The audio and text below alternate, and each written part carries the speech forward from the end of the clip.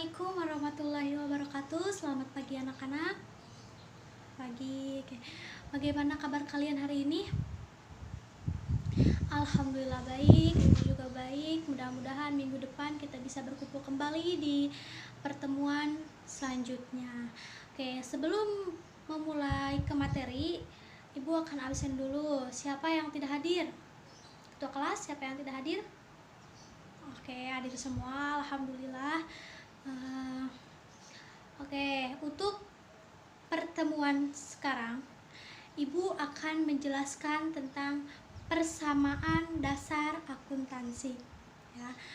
Fungsi persamaan dasar akuntansi menjadi dasar dari pendapatan kegiatan suatu usaha. Oke, pasti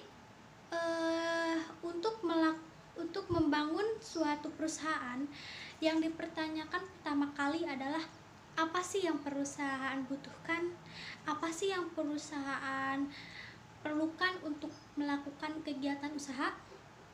Ada yang tahu? Ya, perusahaan memerlukan uang, perusahaan memerlukan peralatan, perusahaan membutuhkan gedung untuk melakukan kegiatan usaha dan lain sebagainya. Maka semua itu kita sebut sebagai aset. Ya. Ada yang tahu apa itu aset? Ya, Ibu akan jelaskan. Aset adalah segala sesuatu yang dibutuhkan oleh perusahaan saat melakukan kegiatan usaha. Ya, sampai di sini dapat dipahami? Ya, bagus. Nah, dan untuk pertanyaan kedua, apa sih yang dari mana sih? Maksudnya, maaf, dari mana sih aset itu berasal? Aset berasal dari yang pertama, berasal dari dana si pemilik atau harta pemilik itu sendiri yang kita sebut sebagai modal atau ekuitas. Nah, dan yang kedua, kadang pula perusahaan memerlukan tambahan dana dari pihak ketiga yang harus kita kembalikan, yang disebut sebagai kewajiban atau liabilitas. Nah, jadi bisa disimpulkan bahwa persamaan dasar akuntansi kita, aset persamaan dasar akuntansi bisa didanai yang pertama dari dana si pemilik atau harta pemilik itu sendiri yang kita sebut sebagai modal atau ekuitas. Yang kedua dari pihak ketiga sebagai tambahan dana, maksudnya yang harus kita kembalikan, yang kita sebut sebagai kewajiban atau liabilitas. Ya. Maka aset sama dengan kewajiban atau liabilitas plus ekuitas. Itu menjadi persamaan ke-1. Ya. Kita ulangi, jadi aset sama dengan kewajiban atau liabilitas plus ekuitas. Oke, itu dijadikan sebagai pencatatan persamaan dasar akuntansi dasar untuk pembukuan selanjutnya. Oke, sampai di sini dapat dipahami? Ya, dapat dipahami ya. Oke, kita lanjut. Begitu perusahaan sudah berjalan, pasti perusahaan itu akan memperoleh hasil dong. Masa iya kita sudah melakukan perusahaan, kegiatan usaha yang sudah berjalan, masa kita tidak mempunyai hasil, ya kan? Nah, pasti perusahaan akan memperoleh hasil jika sudah berjalan, atau kita sebut sebagai revenue dalam bahasa akuntansi, atau secara umum kita sebut itu sebagai pendapatan. Ya. Nah, di mana hasil atau revenue atau pendapatan itu akan menambah nilai aset. Nah, di mana si aset ini akan dipertanyakan? Nah, tambahan aset yang kita peroleh dari pendapatan tadi akan kita kategorikan sumbernya itu dari mana?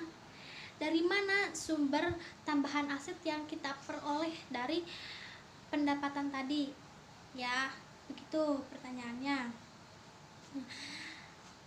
Semua sumber atas satu aset yang tidak harus dikembalikan kepada pihak lain di periode selanjutnya, maksudnya periode berikutnya, maka kita sebut sebagai ekuitas.